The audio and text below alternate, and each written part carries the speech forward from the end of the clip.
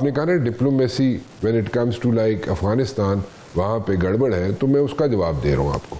When it comes to like Pakistan और उसको कहा जाए इन सो मेनी वर्ड्स कि जनाब हम दहशत गर्दों को, जो दहशत गर्द वहाँ पे मौजूद हैं अफगानिस्तान के अंदर, हम उनको पैसे दे दें, रकम दे दें और हमें हाईएस्ट अथॉरिटीज़ जो मौजूद हैं वहाँ पे अफ़गानिस्तान में उनकी तरफ से कहा जाए तो वो फिर खामोश हो जाएंगे। तो इस ब्लैकमेलिंग में तो कोई स्टेट नहीं आती, नंबर वन। नंबर टू, जहाँ तक बात है पोजीशन ऑफ स्ट्रेंथ से जाके, क्योंकि हमने अपनी पोजीशन ऑफ स्ट्रेंथ यहाँ पे प्रूफ की है, अभी रात को भी, आज भी, दिन को भी। सो पोजीशन ऑफ स्ट्रेंथ से जाके अगर हम बात करेंगे तो मेरे ख्याल में उसका एक इम्पैक्ट होगा। Don't you think so? अच्छा जी, बिल्कुल, हमेशा पोजीशन ऑफ स्ट्रेंथ से बात करना जो है हमेशा बेहतर होता है, लेकिन पोजीशन ऑफ स्ट्रेंथ तो हम सिर्फ अफगानिस्तान को नहीं, हम दुनिया को दिखा चुके हैं आज से चंद महीने पहले, मई 2025 के अंदर।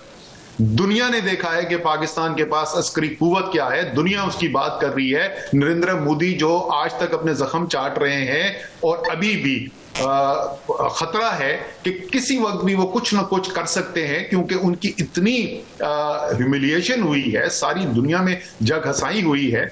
तो मेरे ख्याल में इसका तो कोई अगर दुनिया में किसी को पहले शक था, तो अब तो पिछले 3-4 महीने के बाद किसी को शक नहीं रह गया कि पाकिस्तान के पास अस्करी कुव्वत क्या है। लेकिन मैं फिर वही कह रहा हूं, देखिए वहां पर बॉर्डर पे क्या हुआ, मैं वहां पे मौजूद नहीं हूं, मुझे नहीं पता, उसकी तफसील नहीं पता। मैं आपको कह रहा हूं कि जी अगर हम पे हमला होता है तो दिफा करना पड़ेगा, इसमें कोई शक ही नहीं, ठीक है। लेकिन मेरे ख्याल में, मेरा ये मानना है और आपका इब्तदाइया इस बात की गवाही देता है कि आप भी समझते हैं कि हमारे पास बहुत कुछ है अफगानिस्तान को देने के लिए, और ये सिर्फ एक चीज नहीं है कि अगर उन्होंने ये मान लिया तो हम इसको मान जाए या ना माने। और तो मैं फिर ये कहूंगा, हमारे जो है पाकिस्तान और सफारती सतह के ऊपर भी अस्करी, हमने अपनी फतूहात की बात कर ली। मैंने तो आपको जैसे पहले कहा कि, और मैं इसके ऊपर आपको पता है, मैं ट्वीट भी करता रहा हूं कि भारत जो इतना बड़ा मुल्क है, दुनिया की चौथी बड़ी इकोनॉमी है, बहुत जल्द तीसरी बड़ी इकोनॉमी बनने वाला है, जो हमसे 6 गुना बड़ा है, 10 गुना बड़ी मईशत है, हमने उसको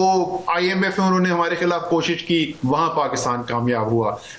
इंडस वाटर ट्रीटी के ऊपर भारत को नाकामी हुई, यूनाइटेड नेशंस के अंदर उन्होंने करने की कोशिश की, वहां पर उनको नाकामी हुई। हर फॉरेन पॉलिसी फ्रंट के ऊपर पिछले 6 माह पाकिस्तान भारत को शिकस्त दी है। तो मैं उसी कुव्वत को, जिस तरीके से हम अपनी अस्करी कुव्वत इस्तेमाल करें ना, मैं कह रहा हूं उसी कुव्वत को इस्तेमाल करें। जी, मैंने वही गुजारिश की कि पोजीशन ऑफ स्ट्रेंथ से अगर बात की जाए तो उसका इम्पैक्ट कुछ और होता है। आप भी इसी से एग्री कर रहे हैं और इसमें कोई डाउट नहीं है। सो पोजीशन ऑफ स्ट्रेंथ पे आना बहुत ज़रूरी होता है। ठीक है, हमने सारी दुनिया को तो प्रूफ कर दिया, लेकिन प्रॉक्सीज, दूसरे मुल्क की प्रॉक्सीज हमारे मुल्क के अंदर आके शुरू कराना, वो इंडिया का एक पुराना काम है। तो उसको भी हमने बताना है दोबारा। इट वाज नीडेड कि जनाब हम उसका रिएक्शन दें, और हमें देना चाहिए भी, क्योंकि इनफ इज़ इनफ। एक असद साहब, एक छोटी सी ब्रेक ले लूँ मैं, ब्रेक के बाद वापस। तो I would like to ask you कि जनाब ये जो ऑब्जेक्टिव्स हैं, जो मेन ऑब्जेक्टिव्स हैं PTI के, और इनके अपने अंदर की जो 4-4 ईंट की मस्जिदें सबने बनाई हुई हैं, क्या वो ख़त्म हो जाएंगी या नहीं होंगी? वन, एंड सेकेंडली जो मेन ऑब्जेक्टिव्स की मैं बात कर रहा हूँ, मेन ऑब्जेक्टिव तो एक ही है PTI का, वो आज तक उसमें कामयाब नहीं हुए। उसके कुछ चांसेस हैं कि ये लोग कामयाब होंगे या नहीं होंगे। अपरेंटली ऐसा नहीं लगता कि ऑब्जेक्टिव जो है, मेन ऑब्जेक्टिव जो है, उसमें ये कामयाब हो सकेंगे PTI वाले। But then again I need to have your input on this one. आप क्या इनपुट देते हैं एक छोटी सी ब्रेक के बाद? जी, असद उमर साहब मेरे साथ मौजूद है। नहीं असद साहब, क्या हुआ गंडापुर के जाने से? डू यू थिंक के कोई इफेक्ट पड़ेगा पार्टी पे या नहीं पड़ेगा, या how do you take it? जी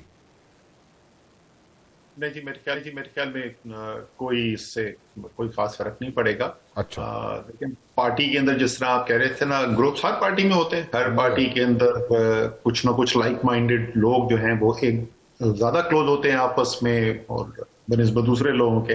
जी, तो अली गंडापुर अगर आप देखें ना, 2012 में इंट्रा पार्टी इलेक्शन हुए थे। 2012 के इंट्रा पार्टी इलेक्शन में सदर खैबर पख्तूनख्वा के लिए 3 कैंडिडेट थे, परवेज खटक, असद कैसर और मुराद सईद। जी। तो मुराद सईद को जिन्होंने सपोर्ट किया था उसमें से अली अमीन एक शामिल थे उसके अंदर।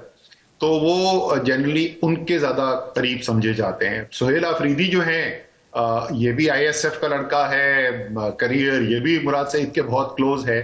तो वो जो परवेज खटक तो अब रहे नहीं, असद कैसर वारा जो हैं, तो उनके तो करीब नहीं थे इनके अली अमीन जो थे। सो ऐसा नहीं है कि अब कोई बहुत बड़ा ग्रुप है पार्टी के अंदर जिसके लोग जो हैं अब नाराज हो जाएंगे। वो जो ग्रुप उस वक्त था जो ज्यादा क्लोज था, ये सारा वो ग्रुप है जो सोहेल अफरीदी के भी क्लोज होगा। अच्छा, इसका मतलब है कि you think that everything is going to be hunky dory in the days to come, और ये ग्रुप बाजी जो है किसी हद तक सबसाइड हो जाएगी। This is what you are saying, right? नहीं, मैं कह रहा हूं कि वो जो ग्रुप बाजी एक हद तक चलती रहती है पार्टीज के अंदर, जो चल रही है ना, पिछले 1.5 साल से चल रही थी। तो ऐसा तो नहीं हुआ कि वहां पे कोई रिबेलियन हो गया या पार्टी टूट गई या लोग छोड़ के चले गए। आपस में खूब रंजिशें, तैमूर झगड़ा का सख्त तरीन झगड़ा चल रहा था अली अमीन के साथ, शहराम तरक्की और आतिफ खान की नाराजगी चल रही थी अली अमीन के साथ। तो वो चलता रहता है पार्टी के अंदर। अच्छा, चले। तो व्हाट अबाउट द ऑब्जेक्टिव्स? जो मेन ऑब्जेक्टिव है वो तो पूरा होता हुआ नजर नहीं आता। वो ना पहले हो सका, और दिन ब दिन उसको किस तरह हम लें, मतलब वो तो आहिस्ता आहिस्ता फिजल आउट नहीं होता जा रहा मेन ऑब्जेक्टिव जो है? जी, मेन ऑब्जेक्टिव यानी इमरान खान की रिहाई। जी हाँ। देखिए, यही तो मैं आपसे कह रहा था ना कि मैं तो इख्तलाफ करता रहा हूं इस हिकमत अमली से। मुझे ये लगता था कि जो हिकमत अमली अपनाई जा रही है, उस हिकमत अमली के जरिए इमरान खान ने बाहर नहीं आना। और तरीके इंसाफ में बहैसियत एक पार्टी इमरान खान के अलावा को खास है कुछ नहीं ना। एक इमरान खान है, अवाम में मकबूलियत है, ये तरीके इंसाफ है। सो इसलिए मेरे ख्याल में अगर एक मुख्तलिफ हिकमत अमली अपनाई जाती तो ज्यादा चांसेस थे, मेरे ख्याल में तो बहुत ज्यादा चांसेस थे कि इमरान खान बाहर भी आ सकते थे, तरीके इंसाफ को सियासत की स्पेस भी मिलती। और अगर शुरू में ही अच्छे पहले 1 साल के अंदर फैसले कर लिए होते तो मैं तो समझता हूं कि आज इमरान खान वजीर आजम होते।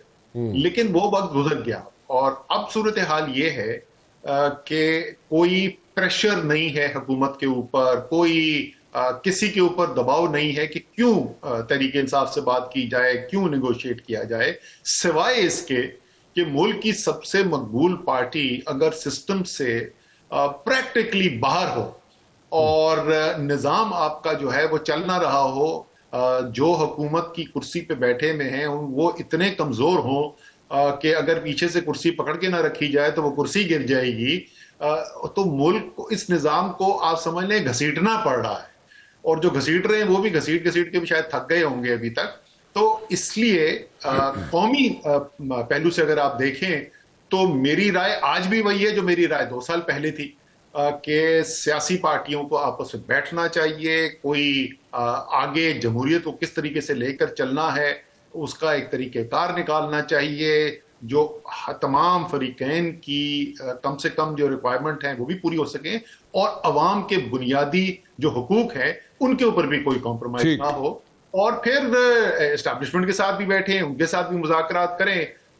वरना तो मुझे तो लग रहा है कि स्टेटस को जैसा है शायद फिर ऐसा ही चलता रहेगा। ठीक है।